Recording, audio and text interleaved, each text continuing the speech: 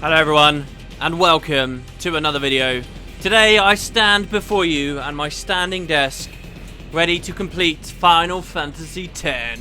Oh, hell yeah. So, yeah, hope you guys are having a good day. I don't know how many videos of this is going to be, but literally this is my last recording session for the first game. Obviously we've got more stuff coming up after Final Fantasy X, but yeah, let me just recap the story for you all. We did our pilgrimage.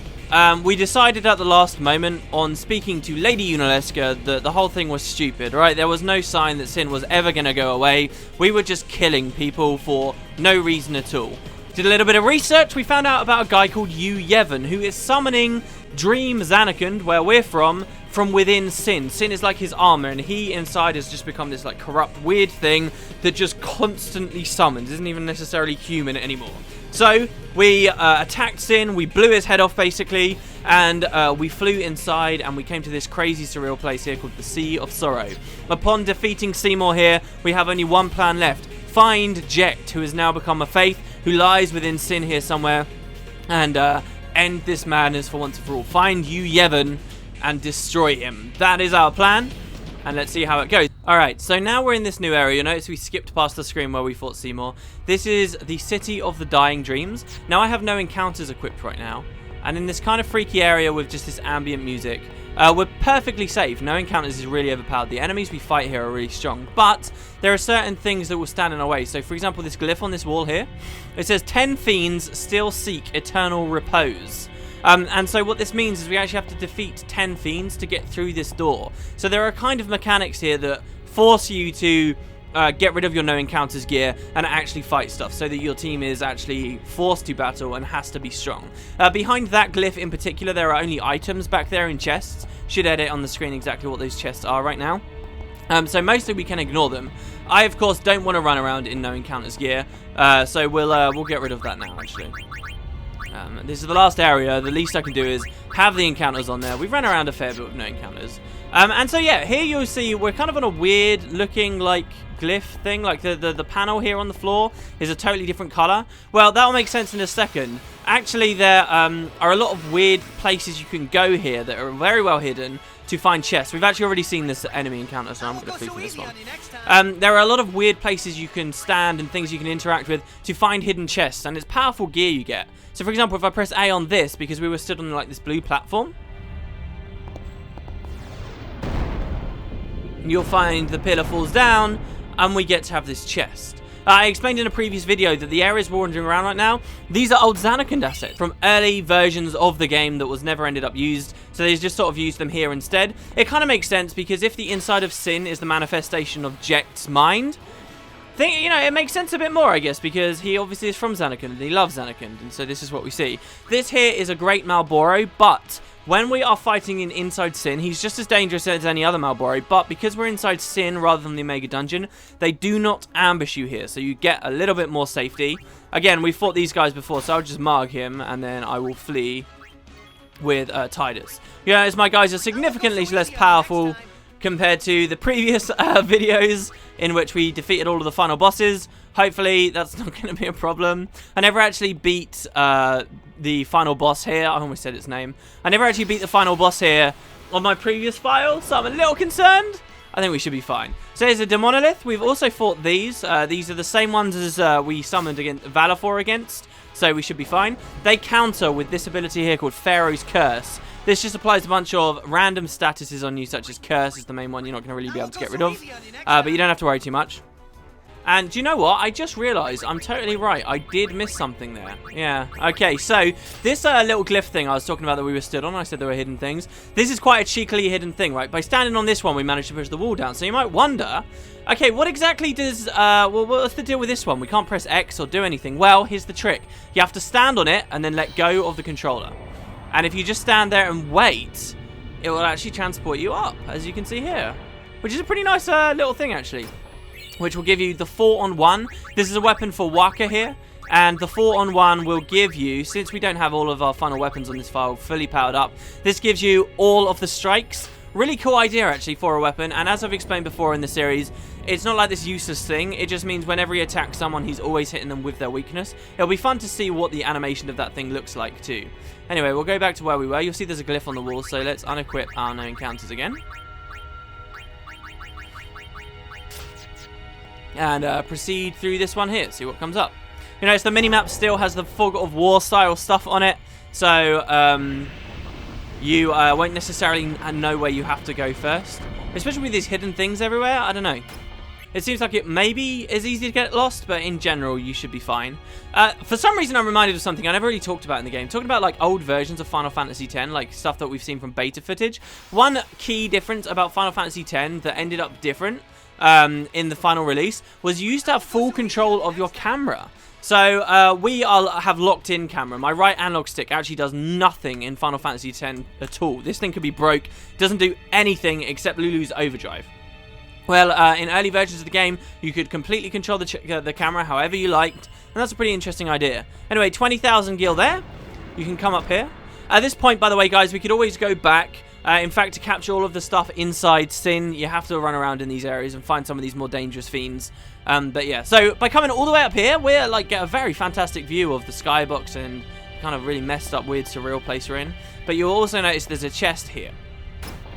I guess it's just because this area, I feel like having a free camera, like to be the ability to move your camera around would be really interesting. Anyway, there's a HP sphere that time. Preemptive strike here. I'll actually use that HP sphere, I'll tell you what. So I should clarify, okay, the Final Fantasy series in general has always been one where the final bosses, the end of the game, the final encounters, have always been really significant moments. Usually, like, devastatingly difficult bosses to beat in terms of the story. What we're going into here, you're not going to see be more difficult than Penance. Like, all that stuff is optional side quest stuff, but for your generic team that's just going through, the general strength of that team is going to be, it could be a big challenge. Luckily for us, we did a world tour where we got all of these bonus spheres that help to buff our stats like mad. I'm going to spend these to help our guys be a bit stronger. And who best to start on than Titus, the main character. Alright, just spent like bloody ages on the sphere grid there. I should have probably done that before recording. Careful of this chest, which I obviously almost missed there. Ah, another defense sphere. Why? Why do you want me on the sphere grid all the time? There we go. Look, we're done. Alright, now let's go back down. There is a risk of getting encounters up there, even though it seems like maybe there wasn't a risk. Absolutely was. So we're sort of in this big open room. I think I found all the secret treasures in that room. There's nothing else I'm missing. I'll have a quick sweep of the area in a second. Hopefully we get a random encounter in a second too with something that we haven't seen before. And we can actually do something interesting against. No, it looks like that's it pretty much, because back towards the screen there was where we came from. So around this corner into this hallway. Here we go. So this is a ghost. We have seen ghosts before, but I don't think we fought any within Sin. This is a Wraith, okay? It casts Doom at the beginning of the battle. This one, unlike the ones we saw in the Cavern of the Stolen Faith, are weak to a specific element. So this guy is actually weak to water, and that means that Titus at least should be able to do plenty of damage. One slight change with Yuna here, you'll notice. I taught her some black magic, so she's got Thundaga. That's not going to do anything against this guy, but this allows her to make use of double cast, which she unlocks very shortly after she gets Holy, which is pretty awesome. We'll bring Waka in and finish this guy off. And likewise, and there's his new weapon. Look at that, all the elements on there. Likewise, look, he hits with all the elements and then all the statuses too. How cool is that? Likewise, with Lulu, she can now double cast stuff herself and double cast all of her awesome black magic. Might even be able to do that for Komari. That would be pretty interesting. One nice thing, obviously, about this save file now is Auron, once again, has become a boss. And he's one of our hardest hitters. Alright, moving on. Come into this more open area. Now, there are still hidden things. You get these weird pillars that just, like, raise up and block your path. I don't know. They're really weird. I used to think you could actually stand on them and then they'd be able to lift you up somehow. I don't think that's possible, as far as I remember anyway. You just sort of have to hope they don't block your passage. It's really weird. Down here, at the bottom of that ramp, you'll notice there's a big drop. And I think the camera angle should change for us and show us a view down that big drop. Let's see what we've got. Here we go. And there's a chest down there, as you can see. Can't get to it at all, though. And that even, I mean, how could you possibly get there? Can you really go down from the other side?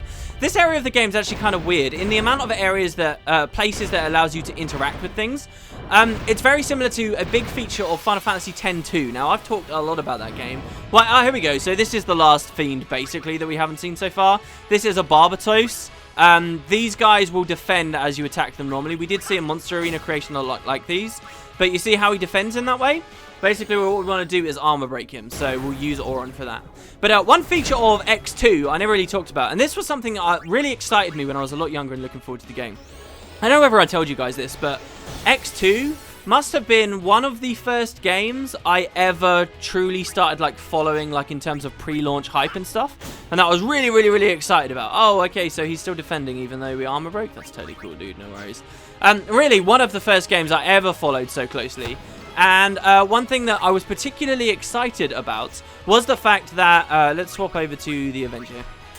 Was the fact that walking around was different in the game. There you go. That gave us a free attack. It was different in X2. Instead of just wandering around all the time as we do in this game, in X2 there was this idea, okay, that you could jump.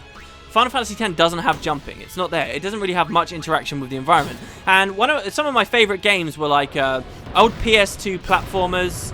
Body Splash, that actually really kind of scares me. Old PS2 platformers, games like Ratchet and Clank, right? And I was such a big fan of those games. I really wanted to see that come to the Final Fantasy series in some way. I remember a lot of the pre-launch hype they had about X2 was the idea that you could interact with the environment so much better. A Banishment Blade might actually be good here.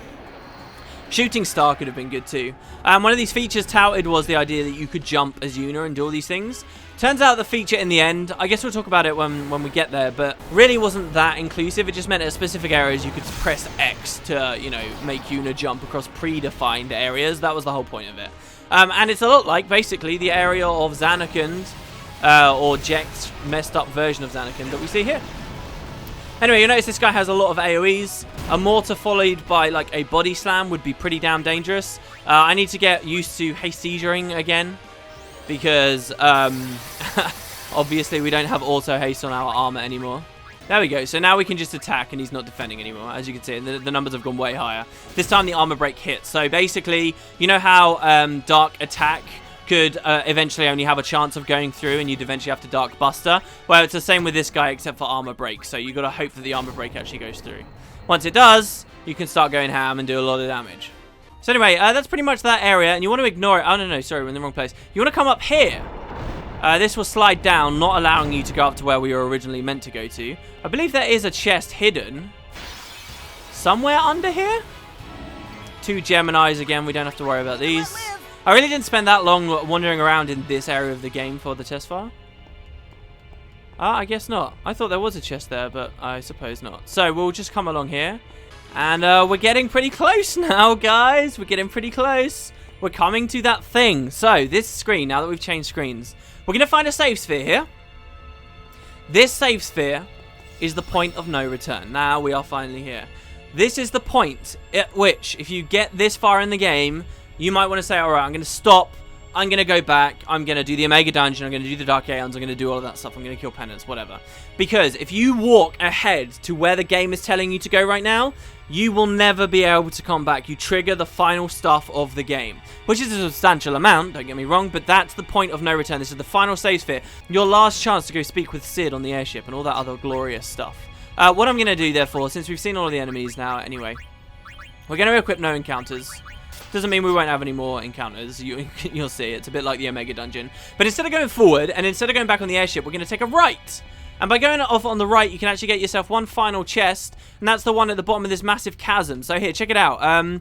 If you get to, like, the right areas, you can press X to jump down. This is basically the way X2 works. Imagine exploring all of Spira, but with this kind of control to hop up and down and explore places. It's not like you can jump. It's not like it becomes a platforming game. But you get this extra level of control over your character, this extra level of how you would explore Spira. And it's kind of cool, you know. And you only get to see it a little bit here in regular X. So there you go. Check it out. Here's a chest. And we completely miss. I'll never get hold of that. That's the Leviathan. I believe this thing has got like some significant like double AP or something on it maybe. Let's have a look. I can't find it. Whatever. Alright, and now we're just going to climb back out. And as you can see here again, you can do this. Now the thing is, all these climbing animations are here, but they're just sort of randomly used now. Right at the end rather than anywhere else. They could have totally had this for so many other places. But I guess they didn't. So yeah, there you go. That's basically the last treasure. Point of no return. Let's go on through. Where are you, Jecht? We'll find you. Things are about to get really surreal, guys. first note of surrealness is a giant friggin' tower just appearing out of nowhere. Now, it's got these symbols on the front of it. That symbol is the symbol for Zanarkand, and it is the symbol that means sin. And it's the same one plastered all over it. This weird, weird thing. This look of the camera, like, panning up like this. This is so real to me. I remember seeing this. Jeez. This is it. Are we going in? Let's go in. Any modern game would flash a message up right now and say, you're at the point of no return. But back then, we didn't have such a luxury. What the hell are we? What is this? Well, we get kind of a mini-game. You'll notice in the bottom left-hand corner, there's a little circle that says 0 on it. Each time you find one of these crystals, you can gain an item. This is a prison ball. The camera is constantly moving. And now the counter's gone up to 1. If you hit any of these icicles, you'll end up in a random encounter. Now, in this area, so even though we have no encounters equipped, you'll find that you can still get into fights with fiends. Now, in this area, not only is there this really weird, like, mechanics thing, let's pay attention to the backgrounds. This place, if I press triangle, is called the Nucleus. And ages ago in this series, after Operation Mihen, we swam out chasing down Sin, and then we had a weird vision where we saw a load of dead people wandering around, like supposedly people who had died in Operation Mihen. We also saw Bahamut's faith look at us, right? Where was that? It was here in the Nucleus. That's exactly where we saw it. And if you go back to that previous episode of the LP, you'll see it, right? And we're now stood here wandering around. The backgrounds are really weird. You can kind of see Zanarkand in the background. Not weird Zanarkand we're in right now, but real Zanarkand seems to be there. Even in the battle, you can see it just back there. Very odd. I don't believe you can flee. Oh, you can flee from these battles, so there you go. Really odd. And you also notice it looks a lot like Macalania Forest, a place itself that's rather surreal out in the real world. Like there's a Macalania Forest tree that looks a bit like where we got the Celestial Weapons or whatever. I don't know. It's all very odd. And these are just seems to be fireflies that create together to give us items. So that's our third one. That's a skill sphere. The spikes are pretty easy to avoid because you want to look on the ground where the glowing areas appear and then you just avoid them before they come up. The only issue is when like you're running into the camera. See, like I currently am. It's kind of risky because you don't know exactly what's going to happen. Anyway, that's 5. We get a Wicked Kate Sith. All this stuff we're getting. So let's have a look at the Wicked Kate Sith, for example. It's all really powerful. That's a Death Strike weapon. Death Strike! And it's got 3 empty slots. This is all amazing stuff. The only issue, we've passed the point of no return, so we can't like farm it. We can't sell it to anyone for cash. We're screwed. You know, this is like the final stuff. It's almost like the faith is saying to us here, this is the best stuff you can have. Try and enjoy, right? But you gotta work for it to get the orbs. In the same line of thinking, there is one fiend that only appears here in Final Fantasy X. Because it's here after the point of no return, it doesn't appear in the monster arena.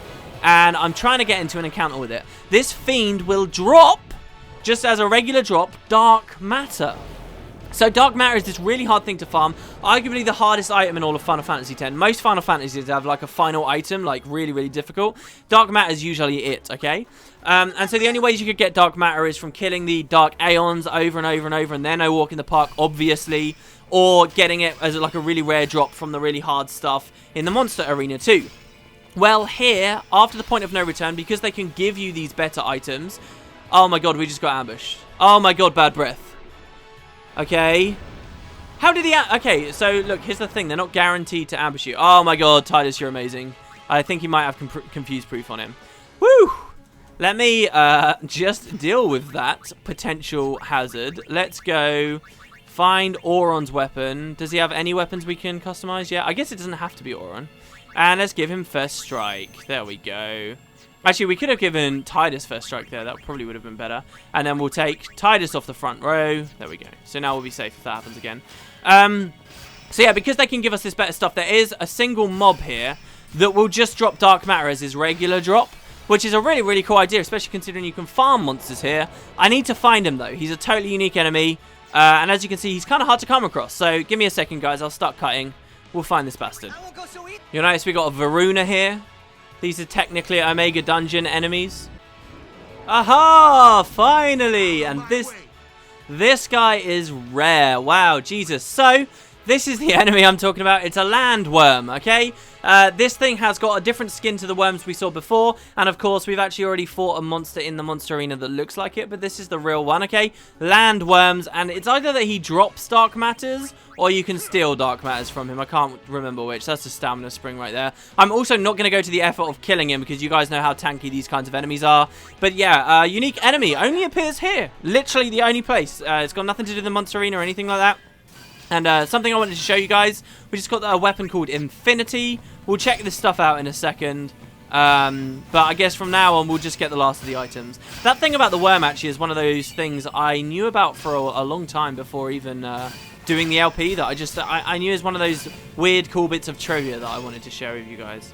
Anyway, so I believe there's like 13 items we need to eventually get. I doubt we'll get to this one in time. Oh, we did. Amazing. Attribute sphere. So what you'll see here... Oh, so that's the last one.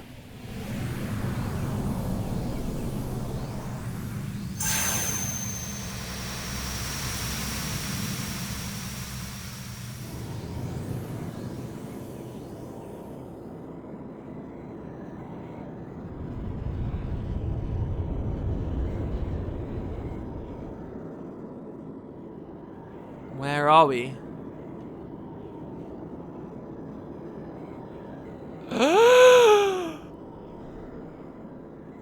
Holy shit. Alright, you get 1 second, 1 moment to go back to your menu, check some stuff out. So this will be the last thing I show you on the sphere grid, guys. It's the attribute sphere.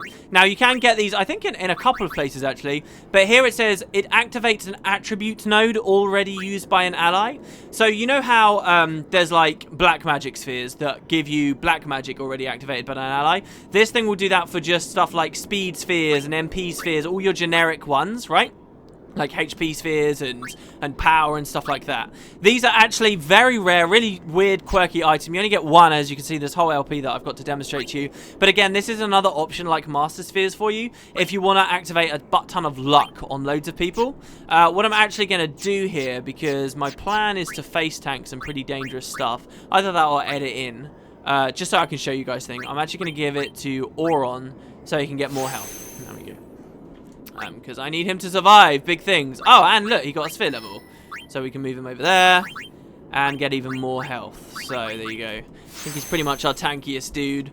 This is my hope anyway. So Auron's max health is 6,000. Make sure you heal everyone up. So the weapons we got, let's just have a look at our inventory. Doesn't really look like Kamari got anything amazing. That's fine. Titus got... the Hrunting, which is SOS overdrive, means that when he's on yellow health, he gets double the overdrive speed. Slow strike on there. Khaled Bulg. I guess we'll just leave him as he is. Maybe the prison still. Let's use prison still. That's kind of a cool weapon. Did Auron get anything cool? I guess he got this Steel Braid, Silence Strike, and Stone Strike. Stone Strike's amazing, but I mean, it's not going to be great for us going into this next section. 4-on-1. We'll leave that, I suppose. Yeah, screw it. All right, okay, guys.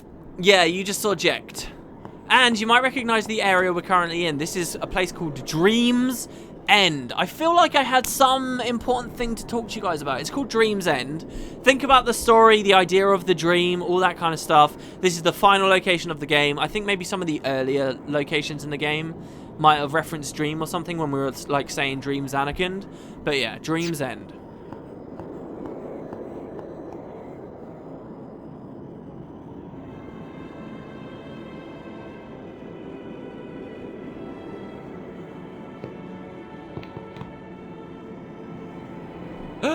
My old friend.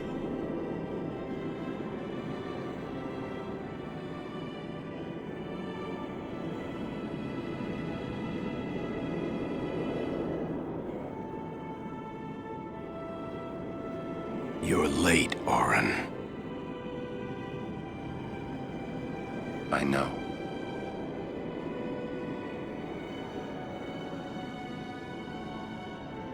Hey. Huh? You got tall, but you're all bones. You eating right, boy?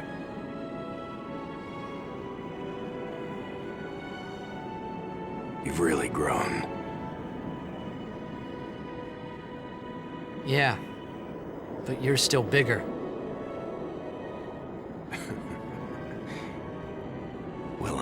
from sin, you know. That's not funny.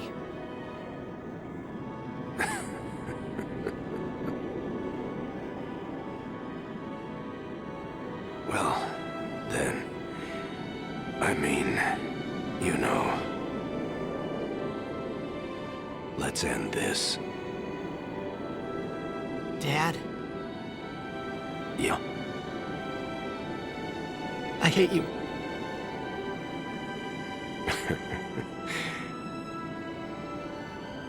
I know. You know what you have to do. Yeah.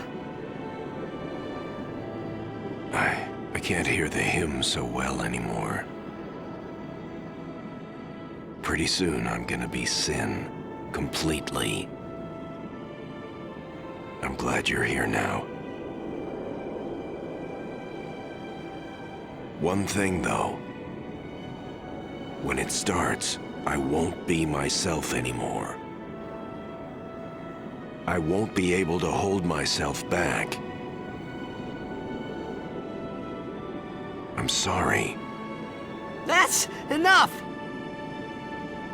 Let's finish this, okay? You're right.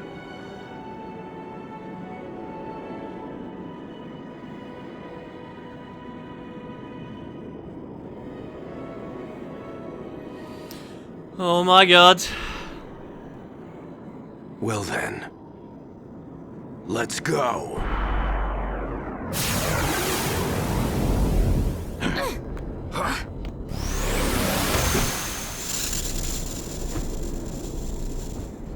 You'll notice, by the way, on Jecht's chest is some kind of a symbol. This is the same symbol you see in the background here.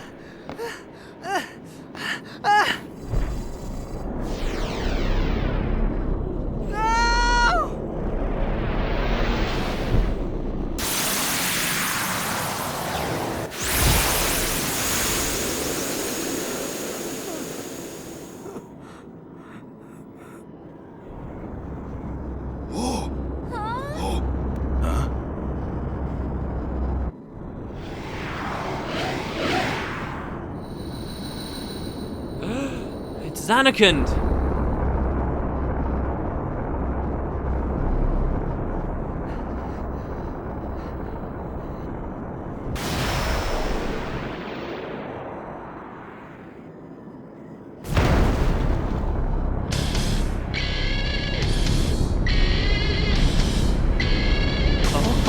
Oh my god.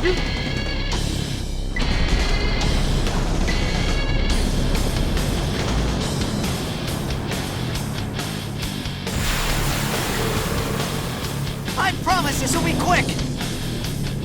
Hit me with all you got, Dad! What the hell is this? So yeah, no, the final boss music for this game is nothing like any other music in the game except the first cutscene. What you'll notice in the background, okay, if this all looks weirdly familiar to you, right at the start of the game when Auron decided to take us to Spira, we went into Sin to travel to Spira, and we had a weird fever dream right before we woke up at Barge where we were swimming in thin air. Do you remember that? We were here. We saw Jecht exactly stood here. What we were seeing way back then in like episode 1 or 2 was the end of the game, this final place right now. And so now begins the final boss fight of Final Fantasy X against Braska's final Aeon. So Jecht is a Faith, and this was the Aeon he gave to Braska. This was the thing that defeated the last Sin, and which Yevon eventually merged with. You'll notice that symbol is still on his chest. It's actually the same pendant that even Tidus has an amulet of on his chest. How do we want to start? I'll describe something to you guys. This isn't actually the only target. There are two things next to it. They're called the U pagodas, these weird rock-looking things. These are actually dangerous enemies that you're going to want to deal with. It's Auron's go first, so we may as well just mug from it. Why not? We get a turbo ether. 5k damage, that's pretty solid. I do feel pretty comfortable we'll be able to kill him. He's got a variety of attacks I'd love to show to you guys. You'll also notice he has an overdrive of his own. That's something we're going to have to pay attention to. What I want to do, first of all, is double cast with Yuna Thundaga here onto the U Pagodas.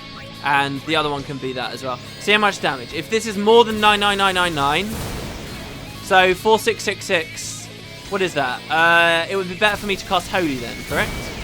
Only slightly, but it would be better for me to cast Holy. Anyway, the left U Pagoda stops. So this will stop that thing from buffing and whatever. You'll notice Tidus can talk. Unlike the Seymour fights, you don't want to use this straight away. He can only talk twice, and by talking to Braska's final Aeon, Tidus will actually completely reset his overdrive bar, which can save you from getting nuked. So we're going to save the talk for now, and instead we're going to open up with what any smart Final Fantasy X player should do, which is a Hastesia across the T. So there's his physical attack. Doesn't look that dangerous right now. Here the Pagoda's cast Curse, which has put a ton of conditions out on Auron. That's fine though, because we've got Yuna on the front line here, who can cast Izuna. But he has been cursed, so unless we take a turn specifically to throw Holy Water, he's not going to be able to overdrive. Now what I'm actually going to do is I'm going to swap Lulu in. Now the reason we want to swap Lulu in is that you can actually bio this guy. So a lot like many of the other earlier fights, bio is really strong. However, there's only a chance it will apply. So I'm actually going to double cast bio just to ensure it will go through. The other option would be to double cast and go bio and then fire Argo. And it's like you've bioed and you've done some damage. So there you go. Actually, I'm going to waste a bio here. But there's only a chance it would have gone through. So I didn't want to take that risk. And yeah, the guitar is fucking kick-ass in the background right now.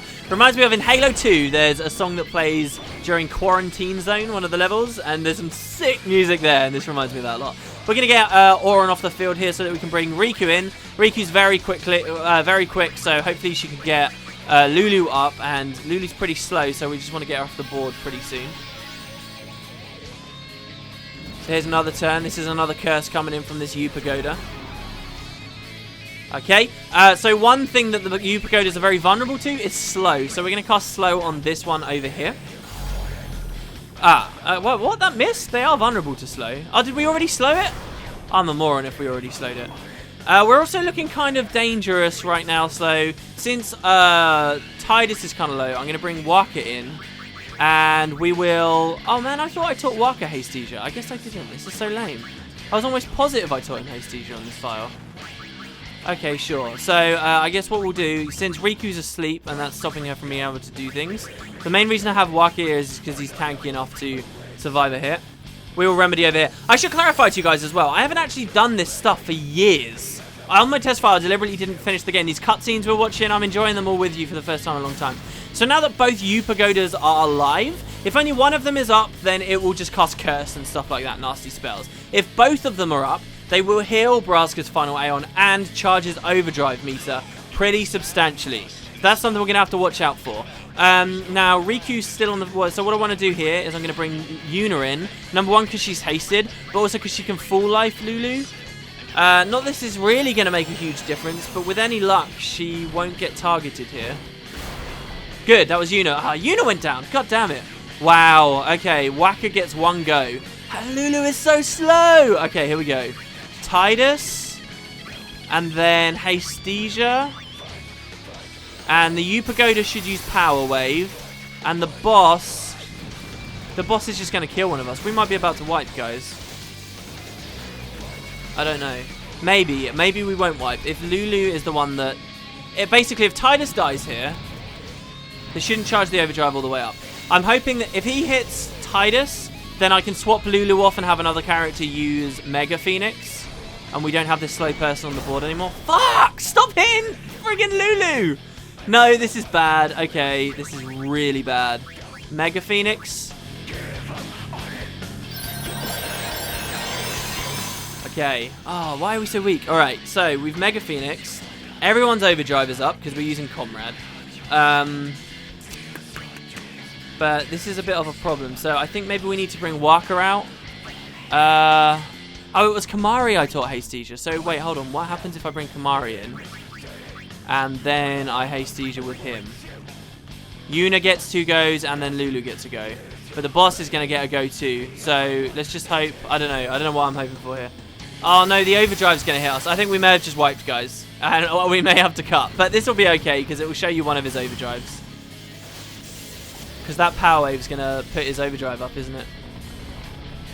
This at least shows that he's no pushover. Here we go. So here's Jecht's overdrive. And another power wave just to top it off. I feel kind of bad, sort of bad. I don't know. The thing is, the final boss should be a challenge, and I always find in Final Fantasy X that he's not a challenge. So here we go. Here's a wipe. This is Triumphant Grasp, unless this is only single target. I don't believe it is, though. Maybe it is only single target. Rip Kimahri. It's only single target. Okay, amazing, amazing, amazing. Oh, okay, all right. Here we go. So, full life, Kimahri. Oh boy, we're still in it. All right, full life, Kimahri. And now, can we haste Kimahri with, say, Tidus? Need to stabilize. God, bringing Lulu in was such a bad idea. But finally, she's going to get off the board. All right, bye-bye, Lulu. Your services will not be required for now. All right, here's another thing we can do. We can bring Unit in, and now we can actually summon. And in fact, what I'm going to do is I'm going to Grand Summon Bahamut. And we'll hit him with a Mega Flare. But the more important thing that this will do is this will stop Braska's final Aeon from one-shotting one of us. And we can use that opportunity to get someone else off the board. Depends, though, how many turns he gets after a Mega Flare. Oh, a lot. So what do we want to do? Go damage? Yeah, let's just go the damage. Let's go the damage.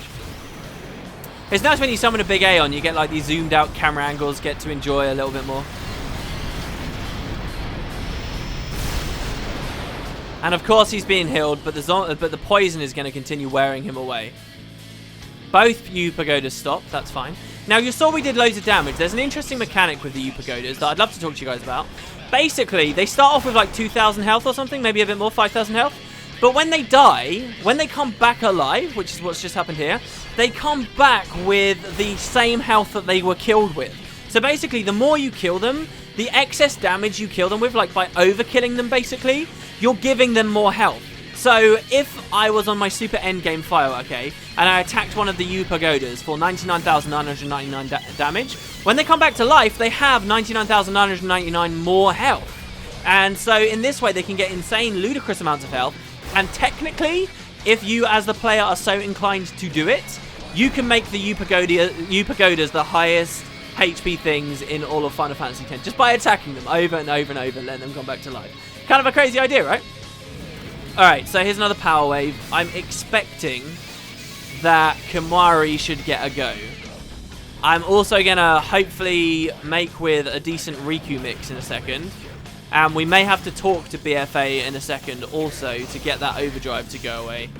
But since it's just Triumphant Grasp at the moment, I'm not too concerned. Right, Kimahri gets... Yes, so Kimahri will get off the field. That's fantastic. Let's talk, see what Tidus has to say. I won't lose! Nothing amazing. But that should reset it. I heard that would reset it, and it didn't, and that makes me kind of sad. Gonna bring Riku back out, only because I want her mixes going. But also, she can start protecting us and doing nice things. Now, I do eventually want to cast a Hyper Mighty G. But actually, let's have her Mega Potion, shall we? So, we will Mega Potion here. Just to bump everyone back up to max. What we want to do is get Protect on people. There you go. Tidus's voice seems to affect Jecht. Jecht's power decreases. Here you go, and his overdrive bar has disappeared. We want to haste Riku here so that she can be keeping pace. I'm aware that my overdrive's there and sort of ready to go. Now, one thing you can actually hit BFA with is Silence. I'm not actually sure what Silence will stop, but we'll go with one. It's got a 75% chance to miss, however, so it's not easy to deal with. Going to bring Auron in here just for a moment.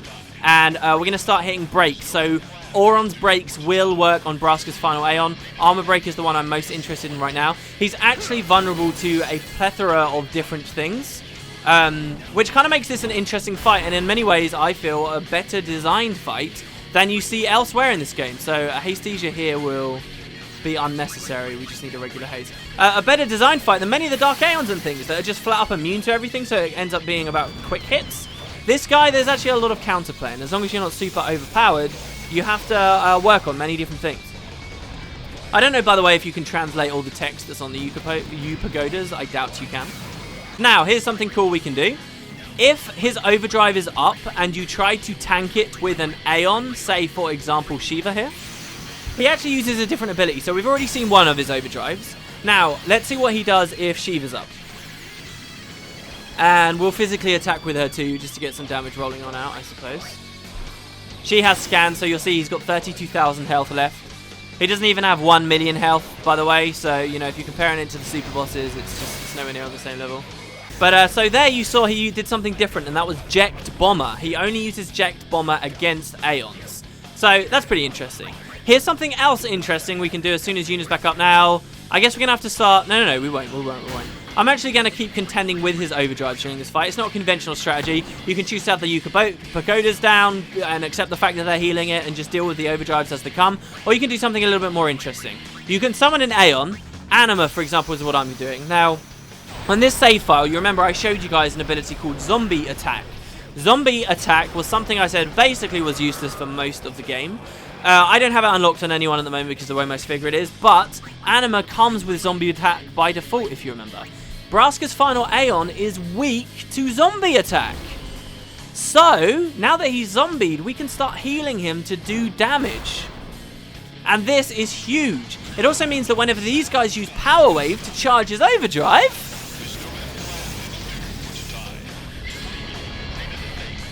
they actually do damage to it. His poison seems to have worn off too. I don't know when that happened. It must have been a while ago. Oh, there. Okay, but then they also cleanse him at the same time. So Zombie is sort of useful. Not, you know, the most amazing thing in the world. Also because Anima's the only thing out, and Anima's kind of slow. Obviously, they're getting a butt ton of turns here. They might even charge his overdrive completely. So this totally wasn't worth it with Anima for my file, but it's something you might like to do on your file, because the zombie, it can help. If you've got someone like Waka who can just zombie him before each turn, you know, it's nice. And it allows people to throw potions, X potions, Phoenix Down, sorry, for 9,999 a turn. It's a quick way to deal with stuff. Here's another Jecht Bomber. I'm surprised Anima's still alive. We could totally Oblivion now. And why not? I suppose, let's do it. Oh, guys, so it looks like we may have actually killed him.